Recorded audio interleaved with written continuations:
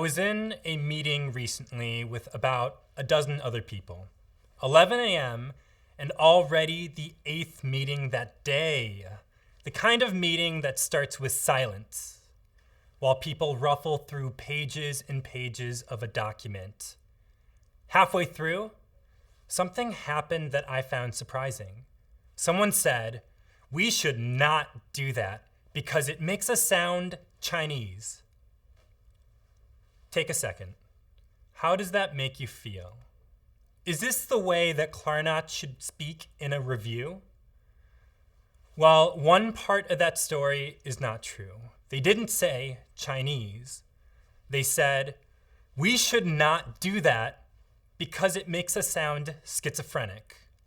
And they didn't say this out of malice or hatred toward people living with schizophrenia. This was intended as a harmless and innocuous statement, a result of misunderstanding and ignorance. This is a result of implicit bias. All societies have implicit bias in some shape or form.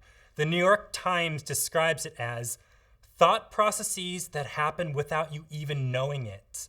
Little mental shortcuts that have judgments you might not even agree with. These are our blank spots. It's like fika and pastries, peanut butter and jelly, spaghettis and meatballs, Prince Harry and Meghan Markle. You somehow know that if I say fika, I'll also say pastries. These are associations that have been ingrained in us over time through media and news images, conversations, and even in our education. New York University professor of psychology Dolly Chu describes it as a fog we've been breathing our whole lives.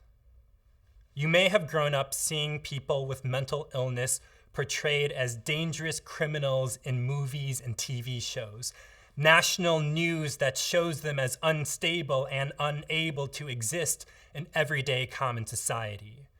The more we use mental illnesses like ADHD, psychosis, and schizophrenia as examples of the things we deem bad, the more we reinforce these unhealthy ideologies. The more we use schizophrenia as an example of something we don't want to be like, the more we tell people living with schizophrenia that we consider them bad. But the world is not made of just good and bad. It's a beautiful and confusing tapestry that requires thoughtful conversations. I'm not asking you to accept my beliefs. My goal is for you to be intrigued and compelled by my story. All I ask of you is to try your best to answer this one question. What do we owe each other? My first major in college was social work. My first internship was as a caseworker in a residential home for people living with developmental disabilities. These are people who are considered unable to independently coexist in common society, living with disorders like Down syndrome, autism, and schizophrenia. Days and nights were spent supporting clients through life, administering their medication, driving them to appointments, bathing them, supporting their crippled movements through dance therapy. And yeah, dance therapy is a thing and it's awesome. One previous client of mine recently came to mind when working on the Klarna Super Bowl commercial. You know, the commercial with the cowboys and Maya Rudolph. My client's name is Sarah, spelled with an E because she's really, really cool. Sarah loved playing cowboys and robbers, just like the theme of our recent commercial. She, of course, was the righteous cowboy, and I was the devious robber off to take her precious gems. We would dress up and dart back and forth through the lawn, the sunlight always making her kind blue eyes shine. Often, though, I would find her curled up in a dark corner of her room, hitting herself on the head and screaming in pain. It wasn't just physical pain.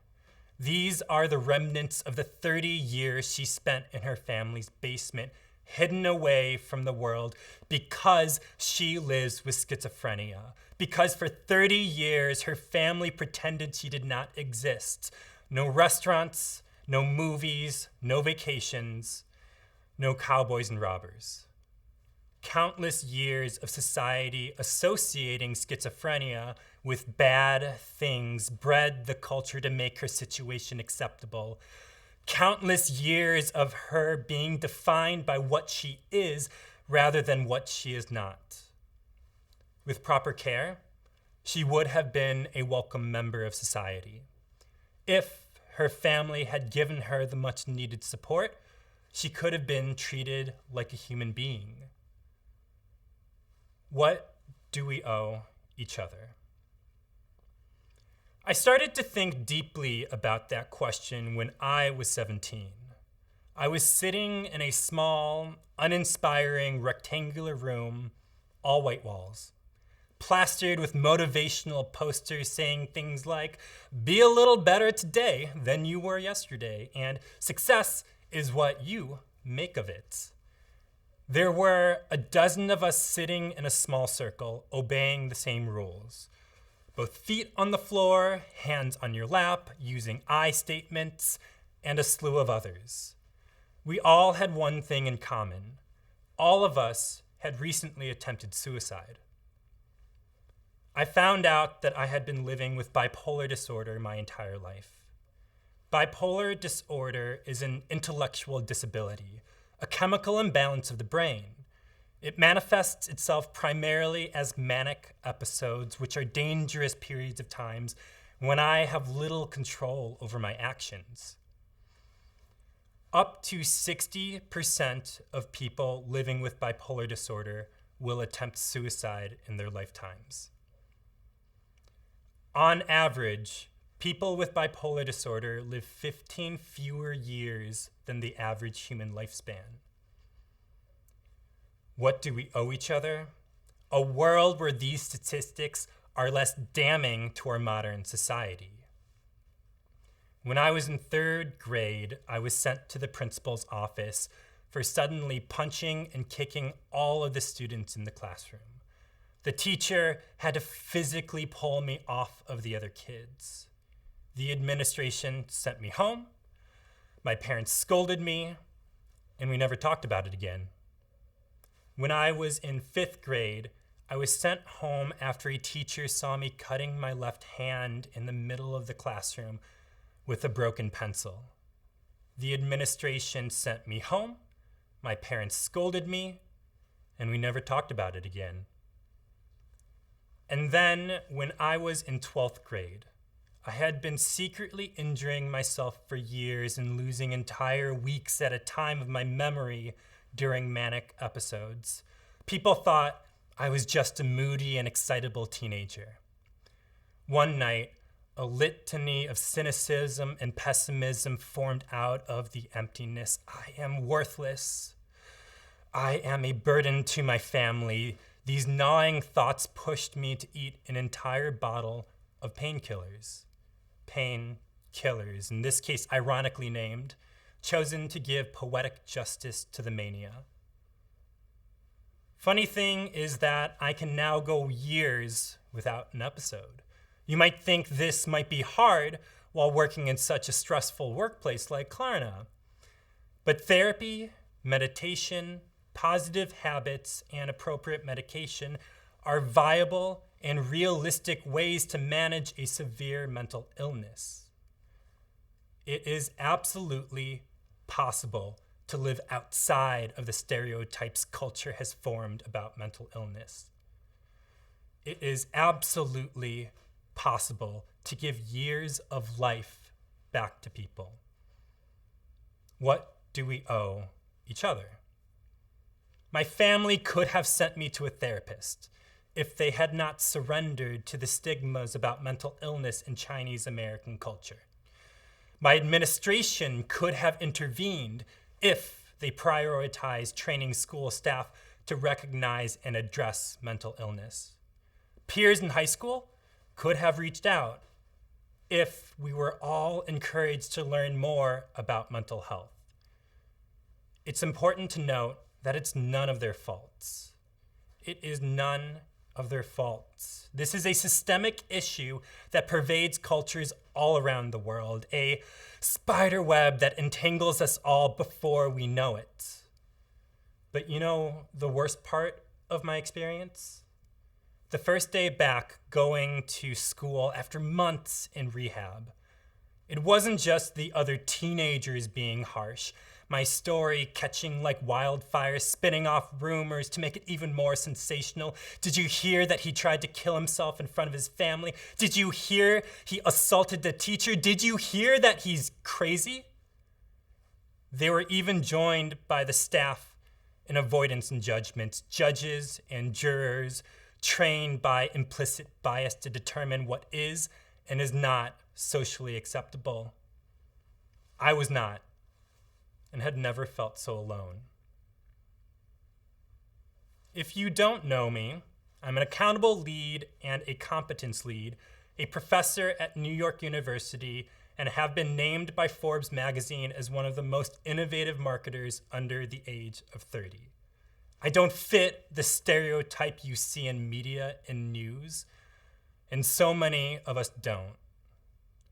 I'm convinced that we were given hands to help each other pick up our broken pieces. I'm convinced that we are here to love the hell out of each other. So what we owe each other is the ability to provide proper care to reduce the rate at which people living with my disorder attempt suicide. What we owe each other is the ability to socially accept people living with developmental disabilities like schizophrenia. We owe each other safe and constructive spaces to deconstruct stigmas, and we cannot do that without actively combating our own implicit biases, to leave them behind as little flaming piles. Implicit bias is dangerous. Over time, it can reinforce stigmas and drown our own thinking. Over time, it can turn into prejudice and persecution. Over time, it can result in basements that hide people away from the world. This is the most important time ever to address our implicit biases about mental illness, as more and more people around the world are living through tough social and economic situations. COVID-19 is wearing down our individual and collective mental fortitude, and we're not even close to being out of the woods, as the socioeconomic consequences will live on even after we're all vaccinated. We all have a global responsibility to learn just a little bit more about our own implicit biases. So you might say moody, and I might say expressive. You say dangerous, I say in need of compassion. You say crazy, I say let's have a different perspective and try our best to answer, what do we owe each other? Please help us increase the awareness of mental illness and health by joining our upcoming studio session, where we'll discuss this topic further. But first, please answer the following very anonymous survey to understand how many clarinets currently live with mental illnesses and developmental disabilities. Thank you for your time.